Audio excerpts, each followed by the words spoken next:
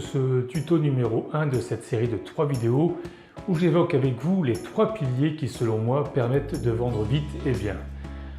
Vous le savez maintenant, l'immobilier n'est pas une science exacte et je tiendrai toujours ce même discours.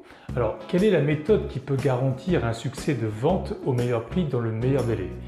Je n'évoquerai pas ici l'intérêt de vendre au plus vite parce que j'y consacre une autre vidéo, mais j'évoque avec vous les 3 piliers qui conditionnent la réussite de votre projet immobilier.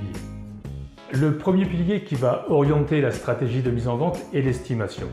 Mais qu'entend-on exactement par estimation?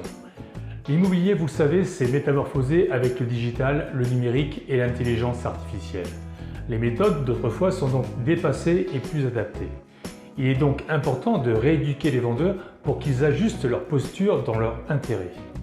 D'où la nécessité de partager ces outils, ces méthodes en toute transparence pour une meilleure compréhension et surtout pour définir une stratégie gagnante. L'estimation va se traduire par une étude qu'on appelle maintenant dans le jargon immobilier l'analyse du contexte concurrentiel. Alors qu'est-ce que c'est et que contient-elle? Voyons ça dans le détail tout de suite. Premier point, l'analyse doit suivre une méthodologie. L'évaluation de la valeur vénale de votre bien est réalisée sur la base de la méthode par comparaison. Elle consiste, à partir de plusieurs bases de données, à calculer un prix moyen selon des caractéristiques et une localisation comparable à d'autres biens similaires dont une offre sur le marché a été faite dernièrement. Cette analyse élimine donc les références dont les situations géographiques sont trop éloignées, dont les surfaces ne sont pas équivalentes ou celles dont les dates de transaction sont trop anciennes et dont les caractéristiques ne présentent pas de ressemblance. Les indicateurs et évaluations de cette étude sont communiqués sous l'entière responsabilité de votre conseiller. Il a donc un devoir de conseil et surtout une totale transparence s'il veut vous accompagner dans votre projet.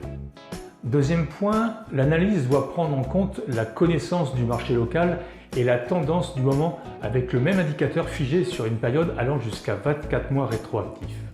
Cela permet de jauger si le marché est dynamique en fonction des ventes réalisées sur les 3, 6 et 12 derniers mois.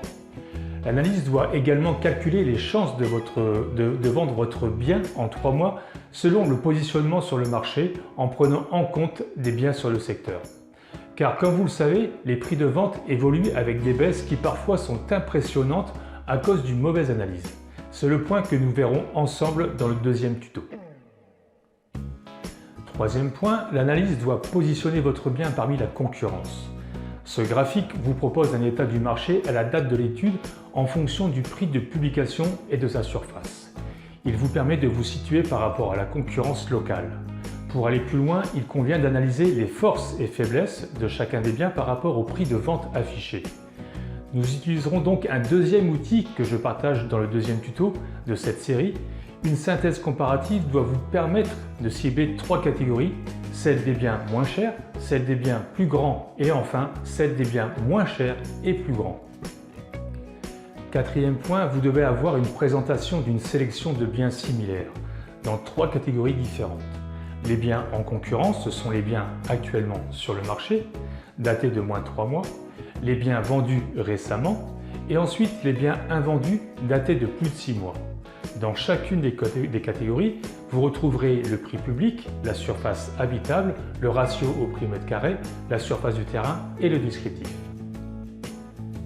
Et enfin, le 5e et dernier point, vous devez avoir un avis formulé par votre conseiller de manière objective avec les points clés, positifs et négatifs, les atouts à mettre en avant et la fourchette de prix dans laquelle il estime se positionner stratégiquement pour valoriser votre bien.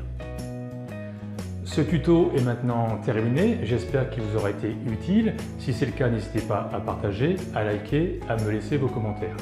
Je vous invite à poursuivre le tuto numéro 2 de cette série pour connaître le deuxième pilier orienté sur le suivi de parution.